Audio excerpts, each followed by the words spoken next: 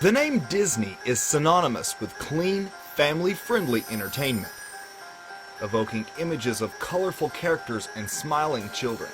But there's more to the House of Mouse than meets the eye.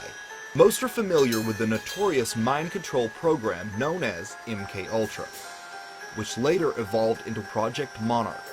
But what is less known is the alleged role Disney movies and parks play in this nefarious program. Not only is Disney programming a staple of Monarch mind control, some victims even report being taken to Disney parks for programming. And a great number of Disney stars show signs of having been subjected to this form of total mind control. And that's why people like Britney Spears and the Mouseketeers just went nuts. MK Ultra mind control rules in Hollywood. So what is Disney's connection to the intelligence agencies? Is the CIA working in tandem with the Disney company to create mind-controlled celebrities? Find out as we investigate the dark side of Disney. Before we continue into the shadowy world of Disney mind control, I want to take a moment to thank Vikings War of Clans for sponsoring this video. This is a browser game where you can engage in exciting live battles with more than 20 million online gamers from around the world. You choose your own game style, command fierce armies and naval fleets, and ally with other players to build the most powerful clan this side of Valhalla. And the best part is, it's totally free. You can support this channel and even join me in the game by simply looking up my nickname, JMDocs. Follow the link in the description to get a bonus 200 coin, which will get you well on your way to growing your army. Vikings War of Clans is a great way to unwind, and after diving down the murky rabbit hole that is Disney, you might just need to. To produce the realistic alter personalities required for Monarch mind control, programmers need highly immersive, realistic fantasy worlds into which victims can dissociate. Two of the first movies they chose were Wizard of Oz and Disney's Alice in Wonderland, which had only recently came out at the time. By using common base programming scripts, the Illuminati could create thousands of Monarch slaves, all with similar triggers and alters. Today, most MK Ultra victims have some form of Wizard of Oz and Alice in Wonderland programming.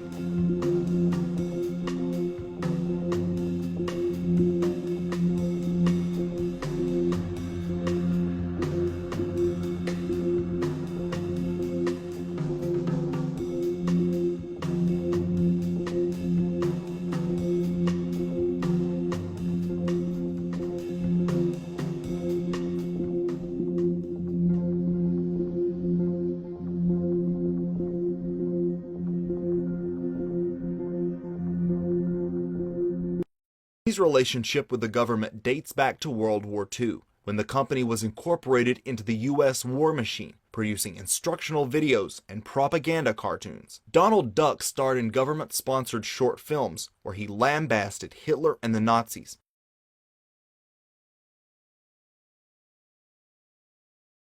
And even helped get more Americans to pay income taxes. But just how deep does this relationship go? And did it ever really end? The connection begins with Walt Disney himself.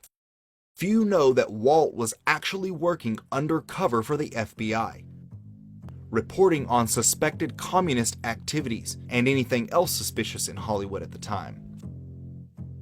In 1954, Walt was promoted to Special Agent in Charge, which means other agents actually reported to him. Might Walt have also participated in the MK Ultra project that was going on at the same time, involving Hollywood stars such as Marilyn Monroe?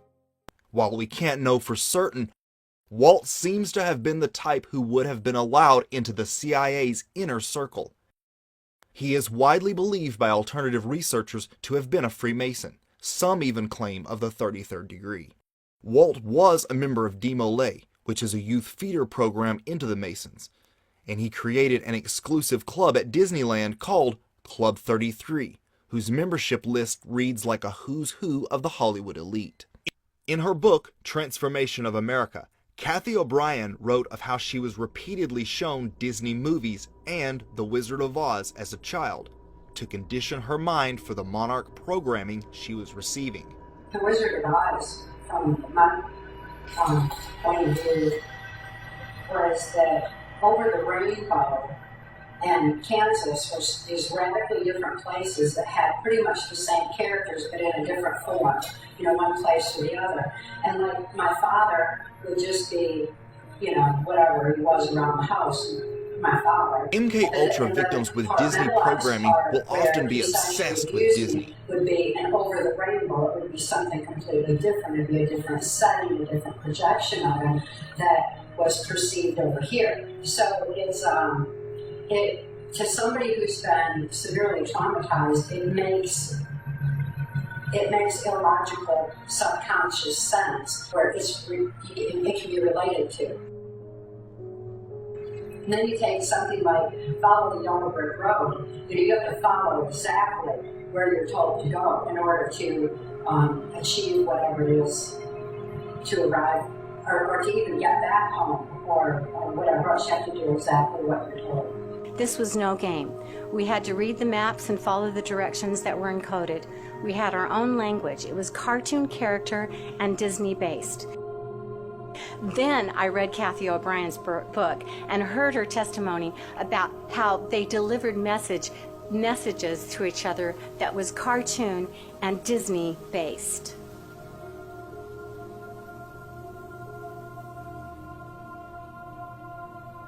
Because look at this badge that Charlotte, can you see this? Can you see this? It's Ursula from The Little Mermaid. Which you love this film? Yeah, it's not a game for me at all. No way. No way. No way. No, you're talking about some very serious stuff. Just like Marilyn Monroe, most if not all Playboy bunnies are MK Ultra sex kittens. This is especially true with former reality star Holly Madison. Her book titled Down the Rabbit Hole, about her life at the Playboy Mansion, is not only Alice in Wonderland themed, she appears in classic victim form, dressed as Alice, and displaying the Illuminati's sign of silence on the cover. Alternative researchers have long speculated that Hugh Hefner's Playboy Mansion was involved in high-level sex trafficking and honeypot blackmail operations. Madison now regularly posts pictures of her daughter Rainbow Aurora, probably named after Sleeping Beauty, doing numerous Disney-related activities, and dressing as Disney characters. She even took the newborn to Disney World and spent $15 grand on an exclusive Disney dining experience. This is a prime example of the hereditary nature of the Monarch program and its value in the entertainment industry. For those willing to do a bit of research, the connections between Disney, mind control, and the sex industry are all right in the open. In 1985, Disney produced what many consider to be one of the most disturbing movies the company has ever released, Return to Oz. Anyone familiar with MK Ultra themes will recognize what this movie is all about. Not only is it Wizard of Oz themed, which is a classic Monarch script, but it depicts the main character being electroshocked in a dingy mental asylum. Rather than colorful lollipops and munchkins, this film is set in a dark mental institute, and many of the scenes are terrifying to children. Return to Oz is all about a young girl being taken in to a psychiatric institute to be traumatized and programmed. It isn't difficult to see how films such as these are used as an MK Ultra programming tool. Peter Pan is another Disney film commonly reported by victims to be used as a Monarch programming script. Recall Michael Jackson's affinity for all things Peter Pan. Perhaps some of the strongest evidence for Disney's involvement in the secret Monarch program is the number of Disney-affiliated entertainers who seem to exhibit the signs and symptoms of trauma-based mind control, most notably public meltdowns and personality changes. Shia LaBeouf, who has gone on to show multiple signs of being a Monarch victim. He starred in a music video by artist Sia, which contained obvious MK Ultra symbolism, such as a giant bird cage. He has also had very public meltdowns. At one point, Disney's Mickey Mouse Club featured Justin Timberlake, Christina Aguilera, Britney Spears, and Ryan Gosling in the same cast. What are the odds that so many of the kids would go on to be household names? Victims programmed with Disney mind control often wear Mickey Mouse ears to signify their programming. Notice the shattered glass on the album cover of former Disney star Nick Jonas. Miley Cyrus is another Disney star who frequently displays mind control symbolism. Here she is in a birdcage, which is one of the most classic symbols used to identify members of the Monarch program. Disney is notorious for creating a hypersexualized image around its teen stars. Miley went on to shock the world with her lewd performance with Robin Thicke, who was wearing a classic MK Handler black and white outfit. Joe Jonas has spoken out about what it is really like to work for the Disney Corporation and describes them as, quote, controlling puppet masters. Disney's theme parks also play heavily into the MK Ultra conspiracy.